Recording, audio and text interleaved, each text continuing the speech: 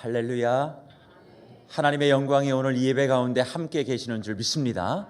오늘 예배를 통해서 우리의 영안이 열려져서 하나님의 찬란하고 빛난 그 영광의 빛이 우리의 어둡고 음침한 영혼 가운데 깃들어 생명의 열매가 내가 밟는 곳곳마다 넘쳐나는 복이 우리 모든 주의 성도들 가운데 함께하기를 축원합니다.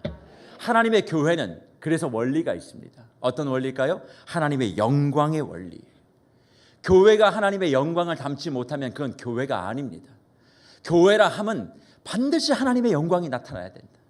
그러면 하나님의 영광이 어떻게 우리의 삶 가운데, 교회 가운데 나타나고 체험될 수 있을까? 하나님은 출애굽 사건 가운데, 홍해의 역사 가운데 하나님의 영광이 임하는 방법, 하나님의 영광이 인생들 가운데 체험되어지는 방법을 우리에게 말씀해 주셨습니다. 어떻게 하면 그 영광이 우리에게 체험되어지고 경험되어질까? 출애굽기 14장 17절 이하 18절 말씀에 이렇게 기록합니다. 내가 애굽 사람의 마음을 완악하게 할 것인즉 그들이 그 뒤를 따라 들어갈 것이라. 내가 바로와 그의 모든 군대와 그의 병거와 마병으로 말미암아 영광을 얻으리니. 내가 바로와 그의 병거와 마병으로 말미암아 영광을 얻을 때에야 애굽 사람들이 나를 여호와인 줄 알리라. 그렇게 말씀하셨다는 거예요. 하나님이 영광을 어떻게 받으세요? 17절 말씀에 이렇게 기록하죠. 내가 바로와 그의 모든 군대와 그의 병거와 마병으로 말미암아 영광을 받는다. 18절에도 반복하세요. 뭐라고요? 내가 바로와 그의 병거와 마병으로 말미암아 영광을 얻는데요. 이것을 잘 해석해야 돼요. 도대체 하나님이 영광 받는 방법이 어떻게 바로의 병거와 마병으로 말미암아 영광을 받는다, 그 얘기예요. 하나님이 바로의 마병과 그 군사력과 경제력과 그리고 왕권을 가지고 하나님이 영광 받는다는 그런 뜻일까요? 아니에요. 여기서 이야기하고 있는 하나님이 영광 받는 그 방법은 바로의 모든 자랑과 치적과 능력의 중심에 있는 그 바로의 군사들, 바로의 병거들, 바로의 마병들, 그것들이 홍해에 몰살될 때 하나님이 뭘 받으세요? 영광을 받으신다. 그러니까 하나님이 영광 받으시는 뜻은 뭐냐? 다른 것이 아닙니다. 내가 내세울 만한 것들, 사람이 자랑할 만한 것들, 하나님 앞에 무언가 이야기하고 싶은 것들이 다 사라지게 되어질 때, 그때 하나님의 영광이 비로소 우리의 삶과 가정과 교회 가운데 임하게 된다 말씀하시는 거예요. 세상의 기준으로 자랑할 것들, 내세울 것들을 내세우는 교회와 가정과 사람은 하나님과 영광, 하나님의 영광과 상관없는 줄 믿습니다. 그래서 하나님의 교회는 하나님만 자랑해야 되는 거예요. 하나님의 교회는 하나님의 복음만 자랑해야 되는 줄 믿습니다. 하나님의 교회는 건물과 사람과 시스템을 자랑하는 것이 아니라 하나님만 나는 자랑합니다. 하나님 외에 어떤 것도 내가 비교할 수 있는 것은 단 한 가지도 없습니다. 나의 주, 나의 영원하신 영광 되시는 그 하나님만이 내 인생의 최고의 자랑입니다. 그래서 복음을 증거할 때 교회의 이름을 내세우는 것보다 우리는 하나님의 이름을 내세워야 돼요. 담임 목사의 이름을 내세우는 것보다 하나님의 이름을 내세워야 되는 거예요. 우리 교회가 장로님이 좋다, 권사님이 좋다, 목사가 좋다가 아니라 하나님이 좋습니다. 예수님이 좋습니다. 그렇게 증거할 때 사람의 모든 것들은 뒤로 감추어지고 오직 하나님만이 나타날 때 그 자리에 하나님의 영광이 임하게 된다, 그렇게 말씀하고 있다는 것이죠. 그래서 성령의 충만함을 받으면 자랑할 게 사라지는 거예요. 그래서 사도 바울이 뭐라 그랬어요? 유대인 중에 유대인, 로마 시민권을 가진 자, 가말레의 문화에서 수석적으로 졸업한 그 최고의 당대의 지성인, 그러나 그 모든 것을 그리스도 예수 안에서 나는 다 뭘로 여겨요? 배설물로 여긴다. 오직 나는 예수 그리스도의 십자가 위에 자랑할 것이 없다. 그럴 때 그 사람이 성령에 충만한 사람이고 그 사람을 통하여 하나님은 영광 받으시고 주의 영광을 나타내는 줄 믿습니다. 그렇다면 우리 무별 여러분, 여러분들은 무엇을 자랑하고 계십니까? 아니, 무엇 때문에 자랑할 것이 없다라고 말씀하고 계시는 거예요. 세상의 것을 가지고 자랑하고 계십니까? 세상의 것이 없어서 자랑을 못한다고 하십니까? 그래서 그의 삶엔 여호와의 영광의 빛이 비출 수 없는 거예요. 하나님의 영광이 비추지 못하면 어떤 일이 벌어지는 줄 아세요? 하나님의 말씀이 임하지 않아요. 왜 그런 줄 아십니까? 오늘 본문의 에스겔 선지자의 말씀 속에, 사건 속에 이것을 이야기하고 있기 때문에 그래요. 세상의 판단이 아닌 성령의 기준과 성령의 충만함을 가지고 하나님의 영광만을 바라보니 세상과 나는 간 것 없고 오직 저 하늘의 영광만 보이는 거예요. 예배당에 들어와서 이번 주 예배당이 어떻게 정리됐나, 그것이 내 눈에 먼저 보이는 것이 아니라 그저 찬란한 하나님의 영광, 이 예배 가운데 나를 기다리고 계시는 하나님의 무한하신 사랑, 그것이 보여지니 그냥 불편한 마음을 가지고 또 건조한 마음을 가지고 왔다 할지라도 이 예배당에 들어오는 순간 그 마음이 다 녹아지는, 염려와 걱정과 근심을 가지고 와도 이 교회의 주차장과 앞들을 밟기만 해도 그 영광이 나를 압도해버리니까 세상 걱정 다 사라지고 오직 하나님만이 보여지는, 그러니 이 자리에 앉을 때 하나님이 나를 반겨주시는 마음, 하나님이 나를 안아주시는 마음, 하나님이 잘했다 그 마음이 다 경험되어지니까 마음에 막 묶여 있었던 것들이 쫙, 그러니 앉으면 눈물부터 나오고 주의 이름만 나오고 옆에 인사해도 그 인사할 시간이 어디 있어. 주님이 나를 지금 보고 계신다. 그러니 그의 영광만을 바라보면 납작 엎드리며 주여 은혜를 주시옵소서. 오늘도 나는 주님 없이는 살 수 없습니다. 그렇게 고백하며 한 명, 두 명 이 예배당을 채울 때 그 교회 그 예배 가운데 하나님의 영광이 폭포수와 같이 쏟아 부어지는 줄 믿습니다. 그래서 하나님의 영광이 부어지는 그 사람, 그 영광을 체험한 사람을 향하여 오늘 본문은 뭐라고 말씀하십니까? 본문 5절과 6절 에스겔에게 이와 같이 말씀하십니다. 여호와께서 내게 이르시되 인자야 너는 전심으로 주목하여 내가 내게 말하는 바 여호와의 성전의 모든 규례와 모든 율례를 귀로 듣고 또 성전의 입구와 성소의 출구를 전심으로 주목하고 너는 반역하는 자 곧 이스라엘 족속에게 이르기를 주 여호와께서 이같이 말씀하시기를 이스라엘 족속아 너희가 모든 가증한 일이 족하니라 그렇게 말씀하셨다는 것. 여기서 우리가 주목해야 될 게 뭔 줄 아세요? 하나님의 영광을 보는 사람에게 하나님은 말씀하고 계신다는 거예요. 하나님의 영광 앞에 무릎을 꿇는 그 사람에게 하나님은 임재하셔서 그의 말씀을 보여주신다는 거예요. 그러니까 하나님의 말씀을 우리가 원하고 계십니까? 하나님의 말씀을 듣기를 원하세요? 하나님이 지금 나에게 무언가 말씀하시는 것이 무엇인지를 알고 싶으십니까? 그렇다면 그의 영광을 보셔야만 하는 거예요. 그의 영광을 사모하시는 사람에게만 하나님이 말씀하신다는 겁니다. 많은 사람들은 하나님의 말씀을 기다린대요. 하나님의 말씀을 듣고 싶대요. 하나님의 뜻이 무엇인지를 분별하고 싶대요. 왜 내게는 말씀을 주지 않느냐 그렇게 아우성을 치고 있어요. 그런데 그 이유는 다른 것이 아니라 하나님의 영광이 우리의 삶에 충만하지 않아서 그래요. 그러면 하나님의 영광이 왜 우리의 삶에 충만하지 않아요? 하나님 외에 자랑하고 싶은 게 너무 많은 거예요. 하나님 외에 구하고 싶은 게 너무 많은 거예요. 하나님보다 어떨 땐 이게 내게 좀 더 많았으면 좋겠어. 그래서 하나님의 이름보다 다른 것을 그렇게 간절히 사모하고 있어요. 그러니 그 사람에게는 뭐가 임할 수 없죠? 하나님의 영광이 임할 수 없어요. 하나님의 영광이 임하지 않는 사람에게 뭐가 임하지 않는다고요? 말씀이 임하지 않는 거예요. 말씀이 임하지 않으니까 어디로 가야 될지 무엇을 해야 될지 향방 없이 방황만 하다가 다시 몸된 교회에 와서 주님 나 어떻게 해요? 이러고 있는 삶의 패턴이 저와 여러분의 패턴이에요. 그런데 오늘 이 시간 주님은 말씀하십니다. 세상의 기준, 세상의 판단 다 버려라. 하나님의 영광 앞에만 납작 엎드려라.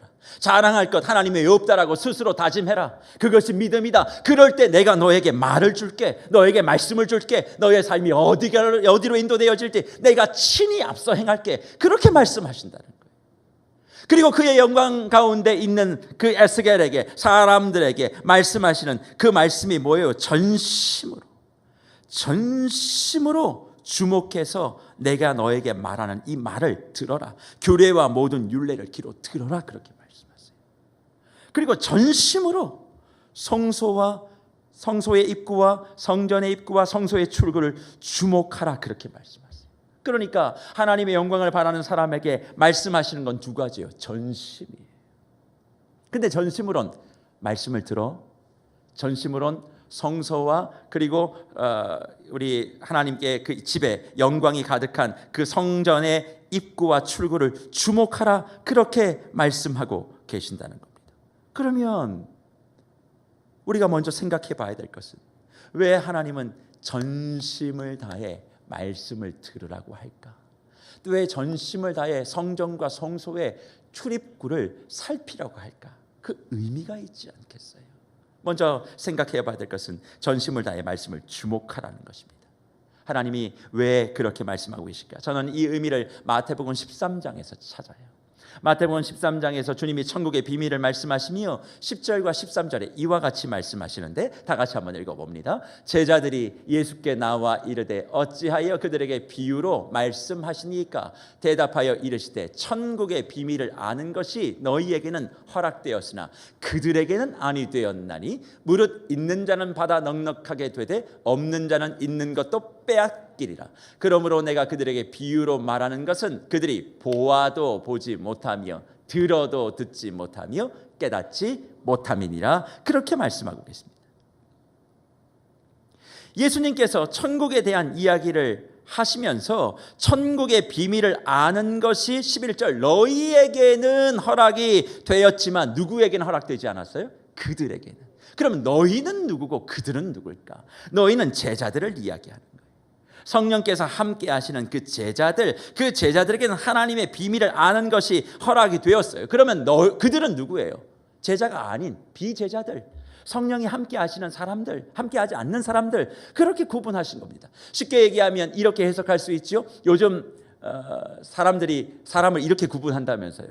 처음에는 코로나 걸린 사람과 코로나 걸리지 않는 사람, 근데 최근에는 백신을 맞은 사람과 백신을 안 맞은 사람, 이렇게 구분한다면서요. 근데 주님의 구분은 그런 것으로 되지 않고 성령 충만한 사람과 성령 충만하지 않는 사람, 그러니까 교회를 다니냐 안 다니냐 이걸 넘어서 이제 주님은 제자냐 아니냐, 성령 충만한 사람이냐 아니냐, 그걸 구분한다는 거예요. 그렇게 구분하셔서 성령 충만한 사람들에게 주어지는 복이 뭐냐? 하나님의 나라의 비밀을 알 것이다. 그런데 어떻게 알아요? 빼앗기지 않고 더 많이 넉넉하게 알게 되어질 것이다. 그런데 그렇지 못한 사람들은 어떻게 해요? 가지고 있는 것도 빼앗길 것이다. 그렇게 말씀하고 있습니다. 주님은 하나님의 영광과 하나님의 영이 함께하는 사람들에게 너 전심을 다해 이 말씀 지켜야 돼. 그렇게 말씀하시는 거예요. 이유는 뭔 줄 아세요? 더 넉넉하게 하나님 나라의 비밀을 네가 깨닫고 살아야지. 그게 진짜 복이야. 다른 것이 아니야. 그렇게 말씀하고 있다라는 거예요. 그러니 사랑하는 묵별 여러분, 저는 우리 묵별 모든 분들에게 진심으로 주의 이름으로 축복합니다. 하나님의 말씀을 매일 보고 계시죠? 큐티하시며 통독하고 계시죠? 그런데 그렇지 않는 분들이 많이 계세요. 처음에 시작은 열심히 했지만 점점 더 그 약속들이 희미해지는 분들이 많이 계세요. 그러나 오늘 이 말씀으로 다시 한번 도전합니다. 하나님이 전심을 다하래요. 하나님의 영광을 보기를 원하느냐? 하나님의 말씀을 알기를 원하느냐? 전심을 다해 말씀을 가까이 하라. 말씀을 가까이 할 때 어떻게 해요? 넉넉하게 빼앗기지 않고 너의 삶에 필요한 모든 것들을 하나님이 공급해 주시겠다 약속하고 있습니다. 그렇다면 다시 큐티책을 넘기세요. 앞에 여백이 좀 있어도 주님 다시 시작합니다. 통독이 멈춰졌습니까? 다시 시작하세요. 그럴 때 주님께서는 하나님의 영광과 복음의 능력이 우리의 삶 가운데 명확하게 임하게 될 것이다. 그렇게 약속해 주셨습니다. 전심으로 말씀을 가까이 하시는 주의 권속들 되시기를 간절히 축원합니다. 그리고 두 번째로 전심으로 뭘 주목하라고요? 성전과 성소의 출입구를 주목하라. 그렇게 말씀합니다. 왜 하나님께서는 하나님의 영광을 보여주시면서 성소의 출입구를 주목하라 그렇게 하셨을까요? 하나님의 성소, 우리로 이야기하면 하나님의 교회가 더럽혀졌기 때문에 그렇다 그렇게 말씀하십니다.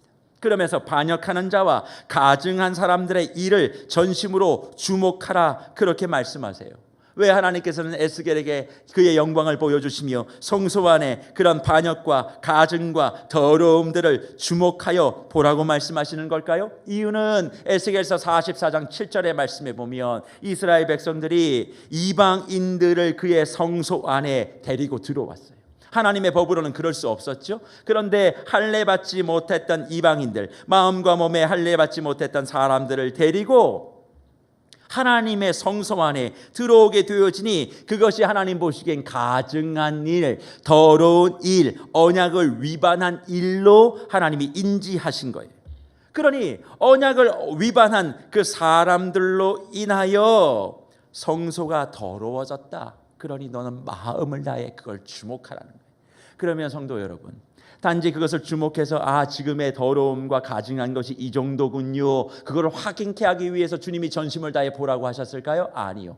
회복하시겠다는 거예요. 깨끗하게 하시기를 원한다는 거예요. 그래서 너의 마음을 다해 그걸 한번 보라 그렇게 말씀하십니다. 그러면 가증하고 반역한 그 성소와 교회를 회복하는 하나님의 방법이 무엇이에요? 사람을 두어 지키게 하겠다. 그래서 회복시키겠다 약속하신 겁니다.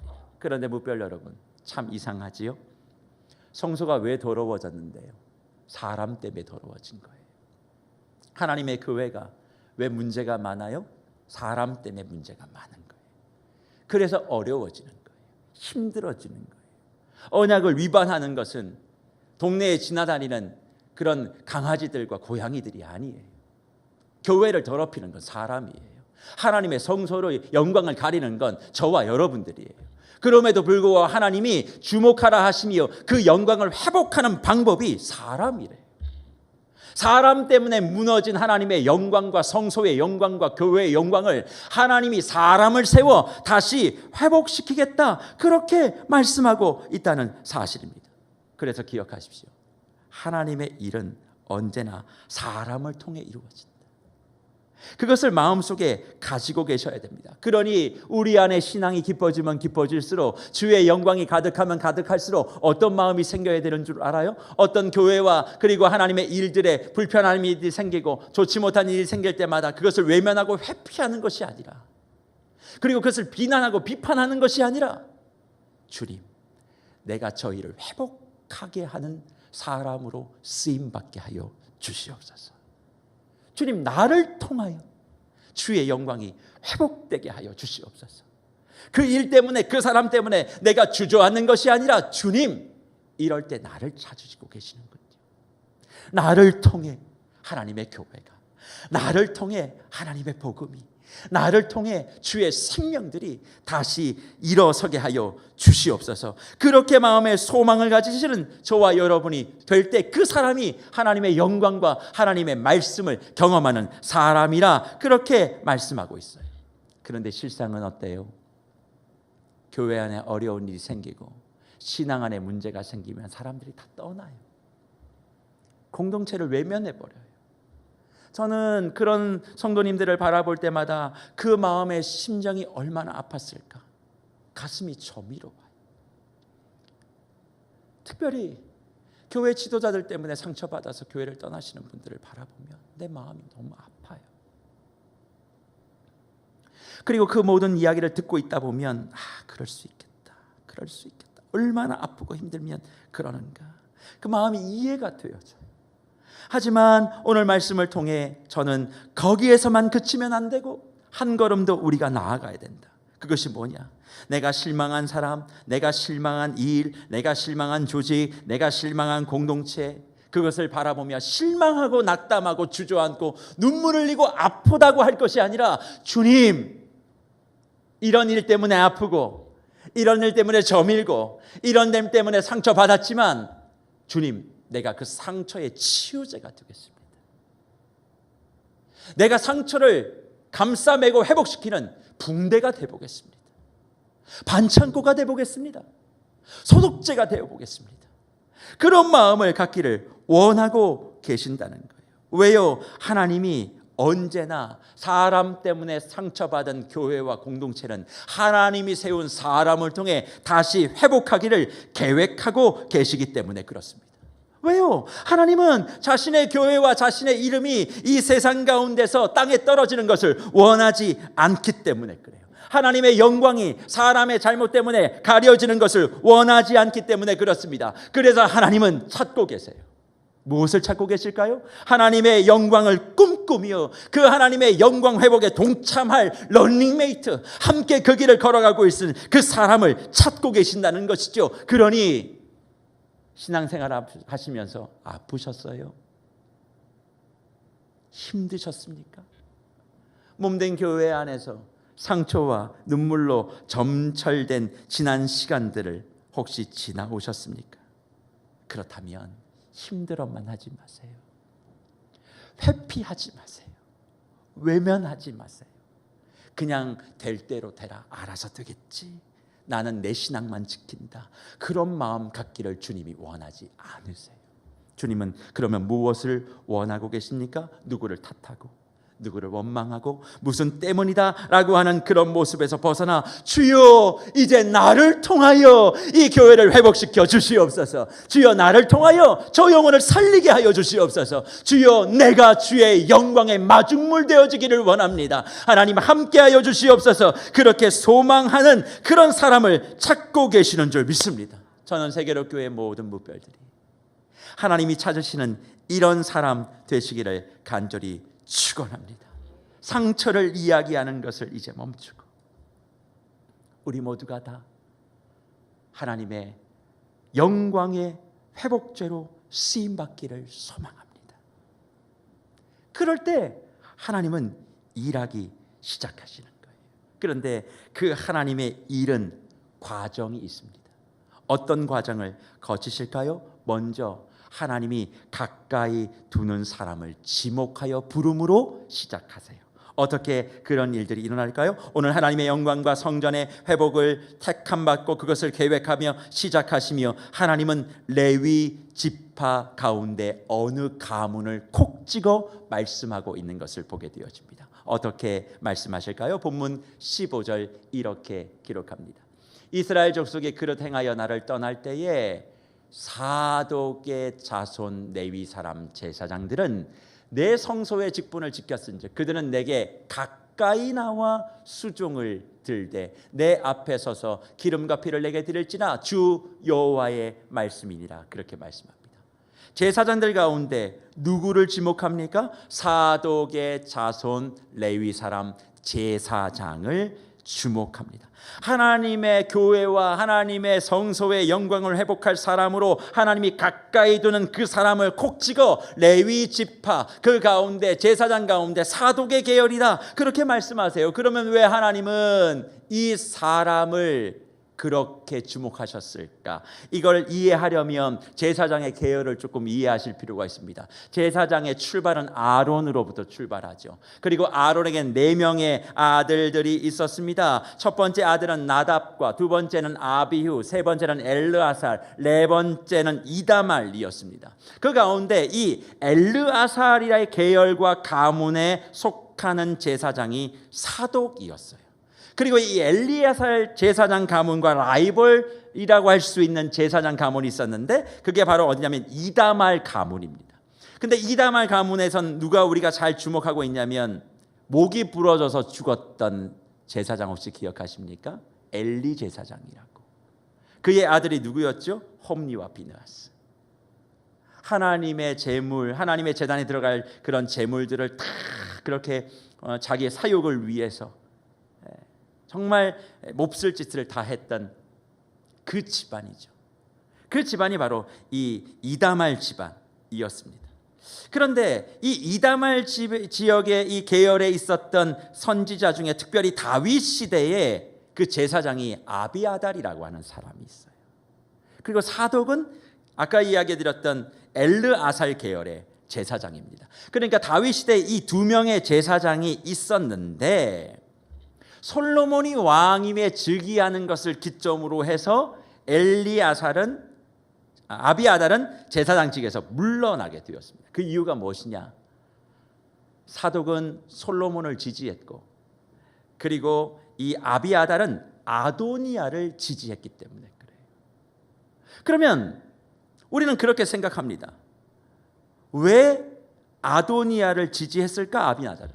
이유는 아비아달이 가지고 있는 게 많았어요. 원래 반역하는 사람들은 가진 게 많아요. 압살롬도 그렇고 아비아달도 그렇고 모든 게 다 갖춰진 거예요. 그러니까 아비아달의 눈에는 이 아도니아가 왕이 될 만한 거예요. 그래서 그를 지지했어요. 그리고 또 솔로몬은 반대할 이유가 너무 많아요. 그렇잖아요. 다윗과 밧세바 사이에 건강하게 이렇게 된 것이 아니라고 자기가 판단한 거예요. 그러니까 솔로몬을 지지하지 않고 아도니아를 지지하게 되어지는 순간 결국 하나님으로부터 버림받게 됩니다. 이유는 뭘까요? 하나님의 영광과 하나님의 뜻은 아도니아에게 있지 아니하고 솔로몬에게 있었기 때문에 그래요. 그래서 사독은 끝까지 다윗을 비롯한 이 솔로몬을 한결같이 섬기는 모습을 보이고 있었다는 거예요. 왜 이게 중요합니까? 하나님의 영광과 하나님의 몸된 교회를 회복하기 위해서, 세상 가운데 하나님의 능력을 나타나기 위해서 하나님이 가까이에 불러 사용하시는 그 사람은 한결같은 사람이기 때문에 그렇습니다. 좀 더 쉽게 설명하면 충성스러운 사람, 그 사람은 하나님은 택하셔서 하나님의 영광을 나타내는 그 일꾼으로 사용하신다는 겁니다. 그런데 문제는 이 충성을 우리가 오해하고 있다는 거예요. 여러분이 생각하시는 충성은 어떤 충성이에요? 그냥 무언가 열심히 하고 어떤 보스나 사람과 조직의 우두머리에게 몸과 마음을 다 바쳐서 한결같이 섬기는 걸, 그걸 충성이라고 생각하고 계십니다.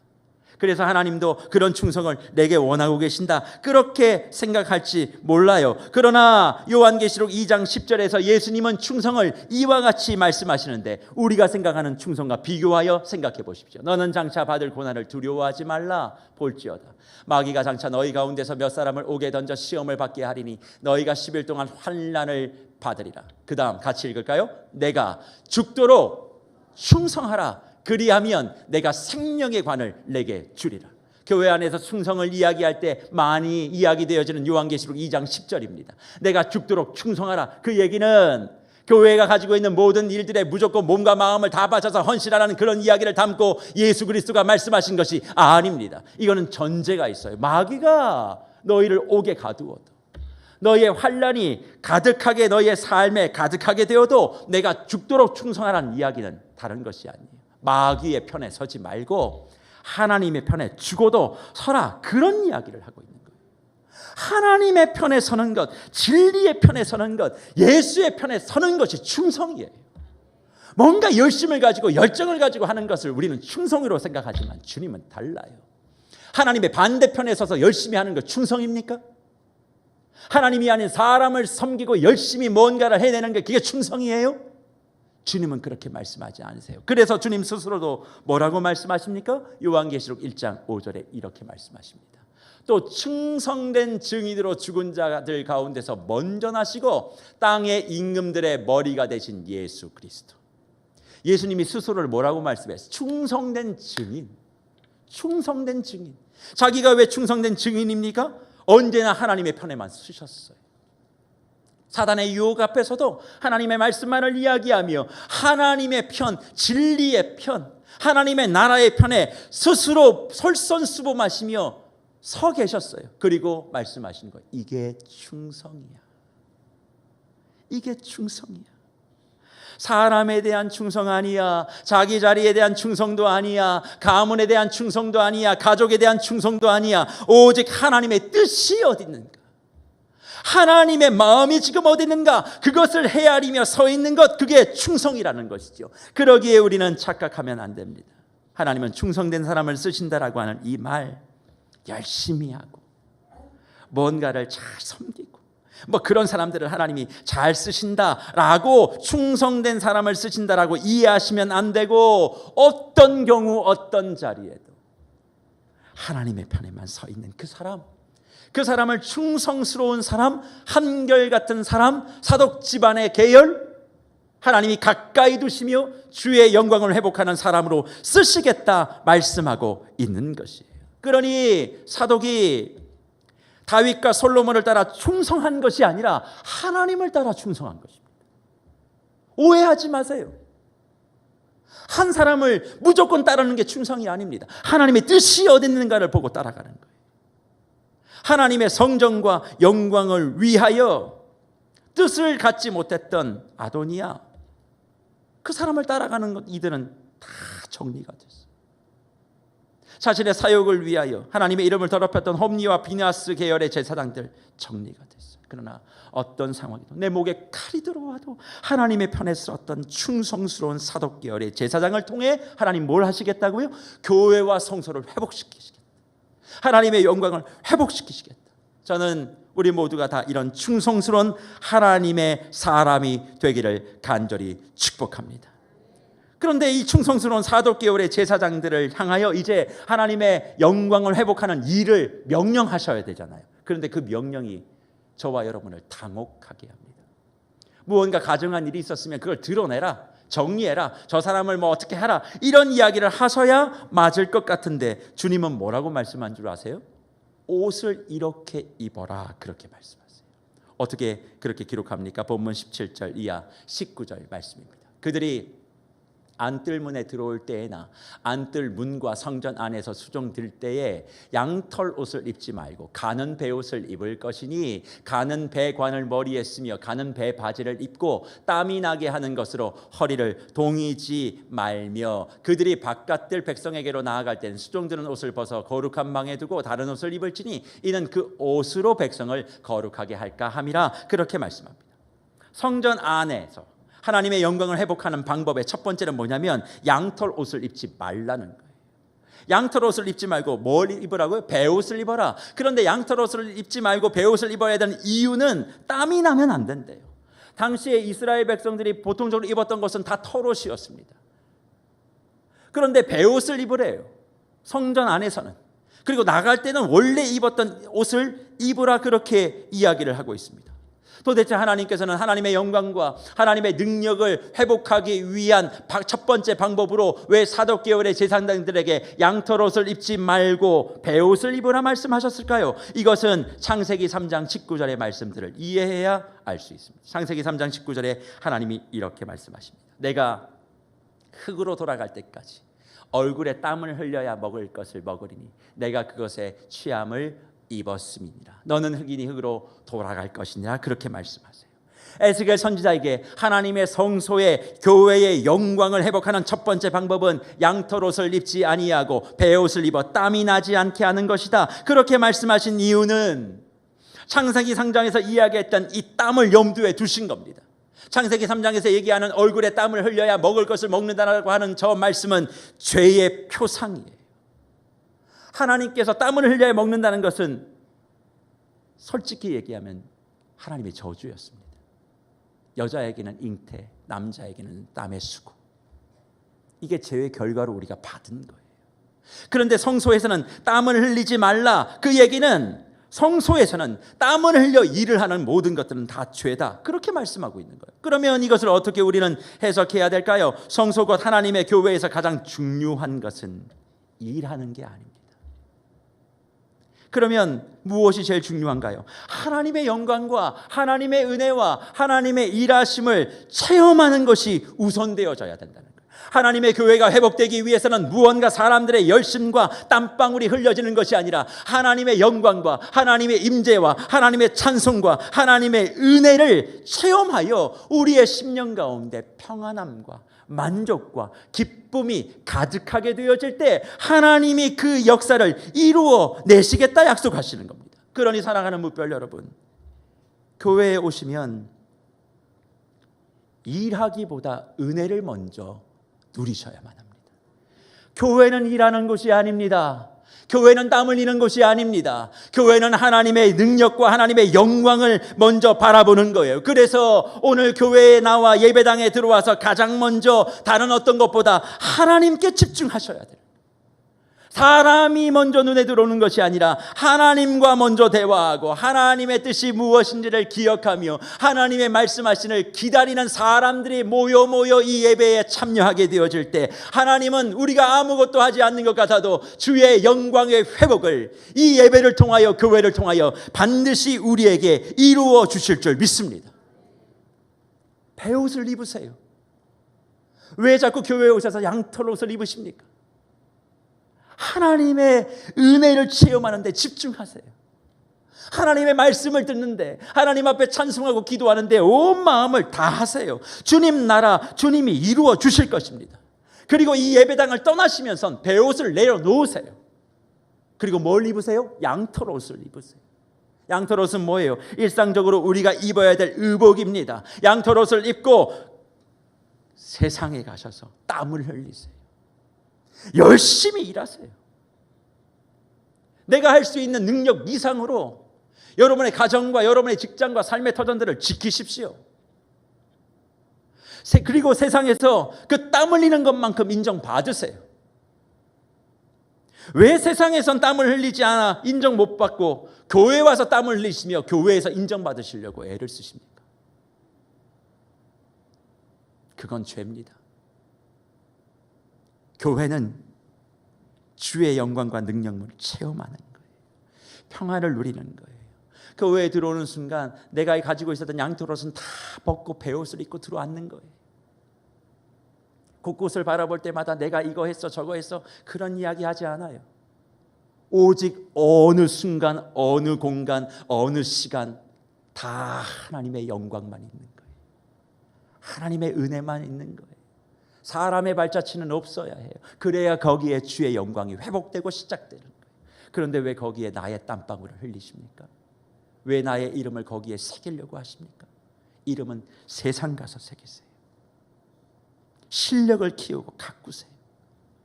그리고 제발 세상에서 인정받고 인정받을 수 있도록 전심을 다해 애를 쓰고 교회에 와서 오직 주의 영광만을 높여드리는 것.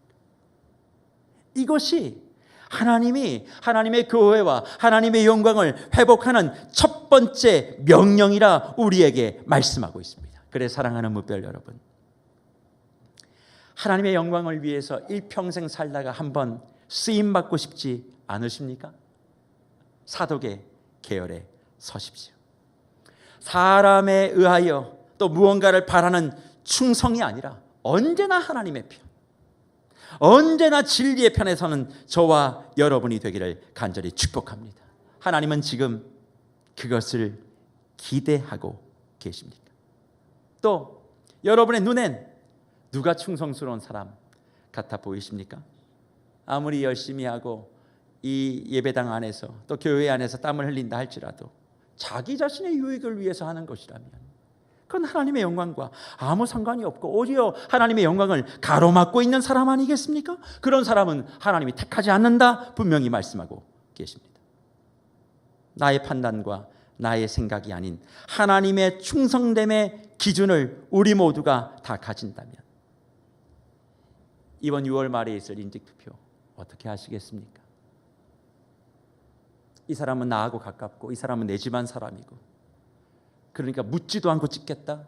아니요. 그건 범죄입니다. 하나님께서 교회의 영광을 회복하기 위하여 쓰시고자 하는 사람, 그 사람을 택하는 것, 그게 하나님 앞에 충성스러운 일이에요. 절대 사람의 마음을 거기에 넣지 마십시오. 먼저 기도하고 내가 먼저 충성된 사람이 되고 그럴 때 하나님의 영광이 무엇인지를 체험하면 하나님이 보게 해 주실 줄 믿습니다. 동시에 의복의 규정 기억하여 주십시오. 교회는 하나님의 영광을 누리는 곳입니다. 하나님의 영광을 체험하는 곳이에요. 교회에서 열심히 섬기다가 다투는 일들이 얼마나 많은지 몰라요. 왜 그렇습니까? 하나님의 은혜를 받는 것보다 일을 하려고 하기 때문에 그래요. 내가 먼저 앞서기 때문에 그래요. 하나님의 일이라고 열심히 했는데 땀을 흘렸는데 마치고 나면 불만이 가득하고 불평이 가득하다면 그건 주의 영광과 상관없는 내 일을 한 거예요. 교회 안에 얼마나 많은 섬김의 자리들이 있습니까? 또 예배를 섬기고 있는 얼마나 많은 이들이 있으세요. 간절히 주의 이름으로 축복합니다. 여러 모양으로 섬기시는 분들 진심으로 감사합니다만 그 자리에서도 주의 영광과 주의 은혜만이 먼저 체험되어질 수 있기를 간절히 축원합니다. 그리고 오늘 이 시간 예배를 드리고 다시 각자의 처소로 돌아갈 땐 하나님 열심을 다해 섬기겠습니다. 열심을 다해 일하겠습니다. 그래서 세상에서 인정받아 다음 주에 다시 오겠습니다. 세상에서 인정 못 받아서 주님 나 좀 인정해 달라고 그게 아니라 세상에서 인정 마음껏 받고 교회 와선 모든 것은 하나님께서 하셨습니다. 그렇게 내가 예배의 자리를 지키겠다라고 다짐하시고 떠나가게 되어질 때 하나님은 그 사람을 성령 충만한 사람, 하나님의 영광의 회복에 쓰임받을 만한 사람, 하나님이 찾고 있는 사람으로 인쳐주시고 그 사람을 통하여 하나님의 교회를, 나의 가정을, 나의 삶의 터전을 아름답게 회복시켜 주실 줄 믿습니다. 이번 한 주 하나님의 충성스러운 사람 되십시오. 하나님의 영광을 위하여 택함받는 사람 되십시오. 그리고 이를 위하여 의복의 규율을 분명히 지켜서 매 순간순간 하나님이 어떻게 나의 삶을 간섭하시고 인도해 주시는지 많은 간증과 체험들을 누리시다가 다음 주일날 다시 한번 이 영광스러운 몸된 교회에 나와 하나님 앞에 예배하며 기쁨으로 찬송하시는 저와 모든 무별들이 되시기를 간절히 주의 이름으로 축원합니다.